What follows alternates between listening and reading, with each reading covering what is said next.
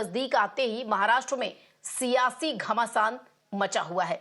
इसी बीच अजित पवार के नेतृत्व वाली एनसीपी को बड़ा झटका लगा है।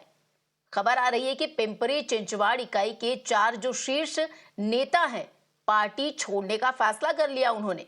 इतना ही नहीं, सूत्रों ने यह भी दावा किया है कि ये सभी नेता 20 जुलाई को शरद पवार के एनसीपी खेमे में शामिल होने के लिए तैयार हैं और आतुर भी दिखाई दे रहे हैं। आपको बता दें कि एनसीपी की पिंपरी चिंचवाड़ इकाई के प्रमुख अजित गवाड़े उन लोगों में शामिल हैं जिन्होंने अजित पवार को अपना इस्तीफा सौंपा है।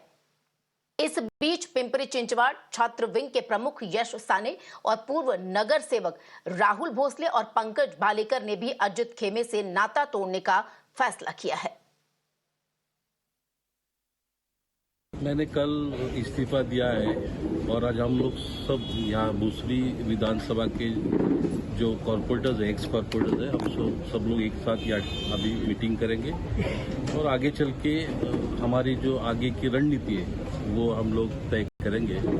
और आज हम आदरणीय पवार साहब का भी आशीर्वाद लेने जाने वाले हैं और अभी सब लोग मिलकर इकट्ठा हम लोग डिसीजन लेंगे। और कौन से पदाधिकारी थे जिन्होंने आपके साथ में इस्तीफा दिया? मेरे साथ कार्याध्यक्ष राहुल भोसले जो है उन्होंने इस्तीफा दिया, यश साने जो विद्यार्थी संगठन के अध्यक्ष है उन्होंने इस्तीफा दिया और भूसरी विधानसभा के अध्यक्ष पंकज भालेकर इन्होंने इस्तीफा दिया है। क्या वजह थी आपकी कि आप अजित पवार को छोड़कर इस्तीफा देकर शरद पवार के साथ जाना चाहते हैं?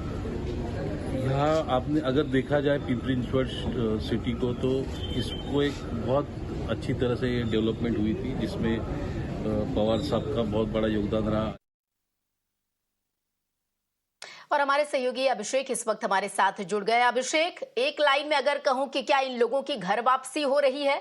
और दूसरी तरफ ये अजित गवाने को सब सुन रहे थे, खबर बीच में ये भी आई थी कि ये विधायकी का चुनाव लड़ने वाले थे। हालांकि जब अजित पवार कैंप से खेमे से इन्हें सकारात्मक उत्तर नहीं मिला, तब ये एक बार फिर से घर वापसी पर विचार करने लगे।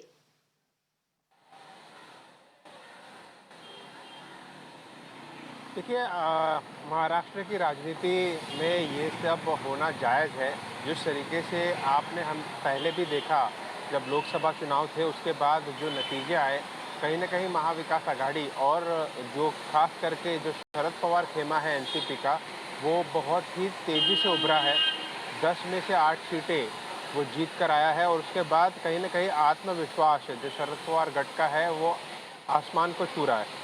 वैसे में शरद पवार ने कुछ ही दिन पहले जो स्टेटमेंट किया था कि मैं आपको बताना चाहता हूँ कि किस तरीके से उद्धव ठाकरे गट ने ये साफ तौर पे कहा है कि जो भी हमको छोड़ के गए हम उन्हें वापस नहीं लेंगे।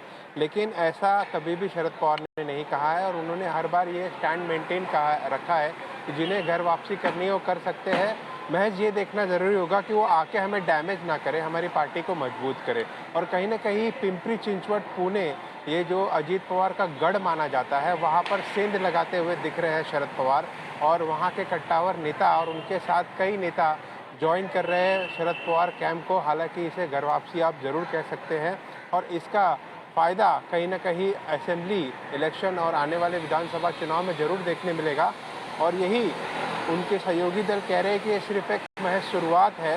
इस तरीके का असंतोष अजीत पवार गट में है और ये धीरे धीरे उभरेगा। पिंपरी चिंचवड से इसकी शुरुआत हुई है और आने वाले समय में कई इलाकों से ऐसा परिवर्तन हमें दिखेगा और कई घर वापसी हो सकती है, ऐसा दावा शरद पवार गुट का भी है और उनके सहयोगी दलों का भी है। तो ऐसे में देखना दिलचस्प होगा कि किस तरीके से अजीत पवार अपने खेमे के लोगों को अपने साथ रख पाते हैं और वही खुद को महायुति में बरकरार रख पाते हैं। जी श्वेता। बिल्कुल अभिषेक, आपका बहुत बहुत शुक्रिया इन तमाम जानकारी के लिए। और देखिए, एक तरीके से साफ है कि जो चाचा है वो भतीजे के खेमे में सेंध लगाने में कामयाब यहां पर दिखाई दे रहे हैं। तो 20 तारीख को ये जो तमाम शीर्ष नेता है अजित पवार खेमे से, वो शरद पवार का गुट ज्वाइन कर सकते हैं। ये बड़ी खबर यहां पर तो पिंपरी चिंचवड से अजित पवार की जो एनसीपी पार्टी है उसे बड़ा धक्का लगते हुए फिलहाल दिखाई दे रहा है। इस खबर से आगे बढ़ेंगे।